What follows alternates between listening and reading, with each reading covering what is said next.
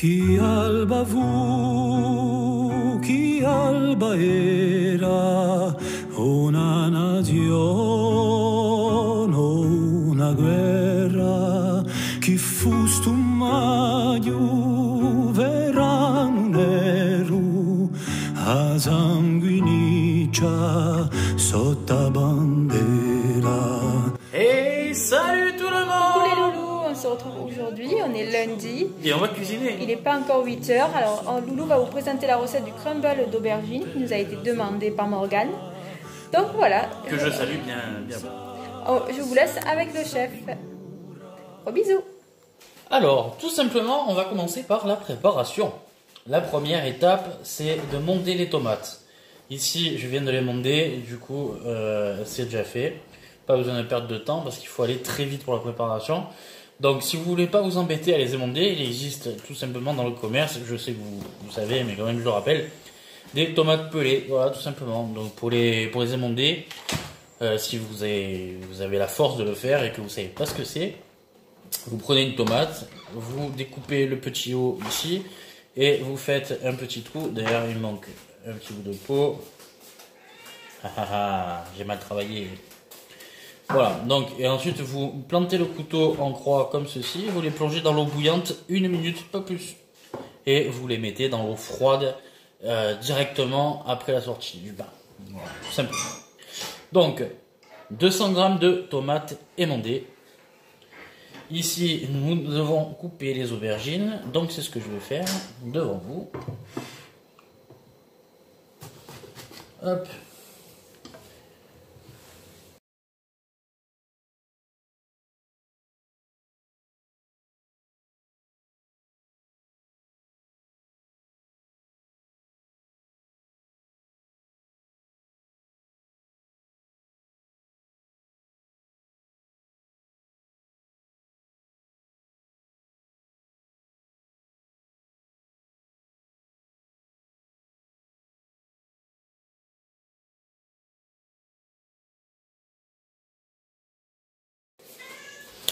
Voilà, donc les aubergines sont coupées. On va maintenant s'attaquer aux tomates que nous allons couper en dés.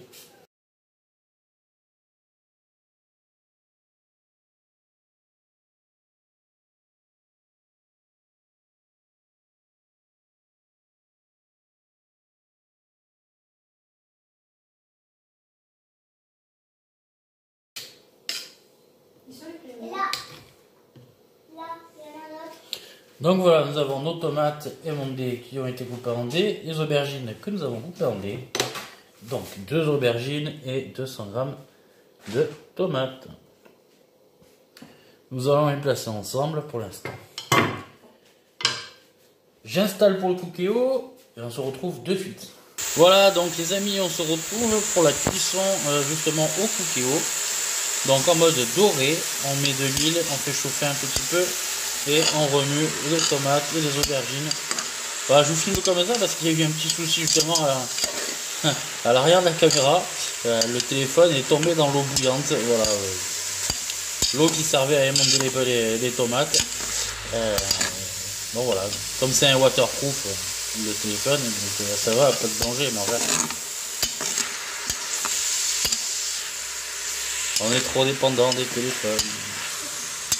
Voilà, donc on se retrouve juste après la cuisson. A tout de suite. Voilà, donc on se retrouve après la cuisson des aubergines et des tomates en petits dés. Donc voilà, nous avons rajouté un petit peu de cumin exprès pour relever un peu le goût et relever un petit peu tout ce qu'il faut quoi. Voilà, donc maintenant nous allons nous attaquer. Donc on a éteint le cookéo évidemment. Il tourne plus mais il chante encore. Voilà, il est comme moi, il chante tout le temps. Et nous allons nous attaquer donc à la cuisson du quinoa. Voilà, il y en a qui le font avec le boulgour, moi je le fais avec le quinoa. Je trouve ça déjà plus digeste.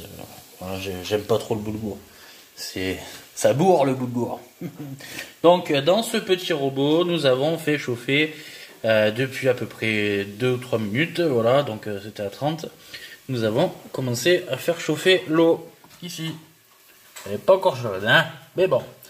Donc nous allons faire chauffer ceci pendant 15 minutes, comme écrit sur la boîte. Et on se retrouve juste après pour la préparation du crumble. Voilà, donc on se retrouve pour la préparation de la pâte à crumble. Tout simplement, il va nous falloir 133 g de farine, 133 g de beurre en morceaux et nous allons faire une pâte. Donc là, je suis en train de couper le beurre en petits dés, comme ça il y aura plus de facilité. La préparation de la pâte en elle-même elle est très facile, mais si vous voulez la faire à la main, il va falloir vous armer de patience. Voilà. Bon, au robot c'est entre 5 et 10 minutes de préparation. Et nous allons ajouter aussi 100 g de parmesan. Voilà, donc ça c'est plus pour le goût que pour le crumble. Mais on va l'ajouter dans la pâte exprès pour avoir un petit... Parce que quand le parmesan va être au four, parce que du coup on va tout mettre au four après, on va dresser ça dans le plat. Voilà, on y est presque. Voilà, donc on met le beurre dedans.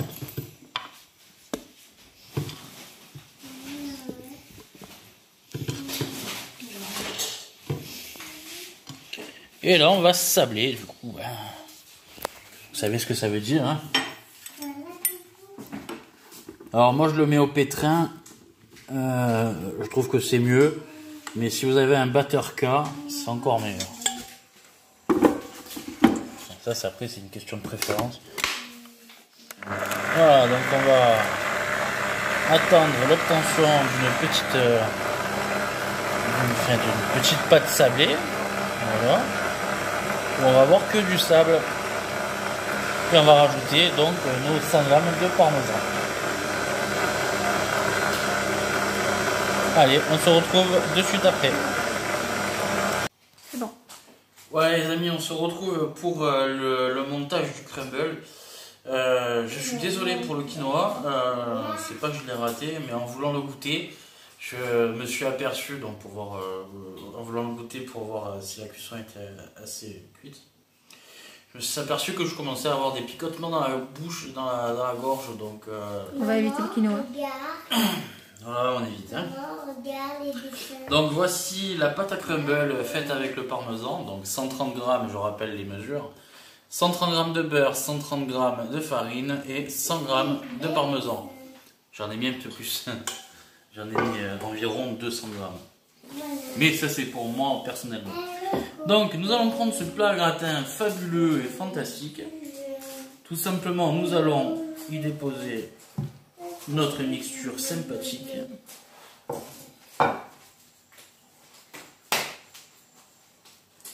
Hop, comme ceci, nous allons faire bien. Ah, c'est comme un gratin, hein, tout simplement. Rien de bien sorcier. Et nous allons prendre ici notre crumble, notre petite pâte.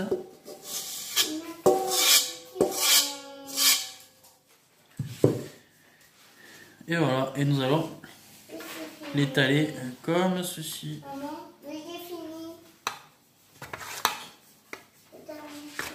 Je vais regarder ma puce. Tu as mis ton dessin? Oui.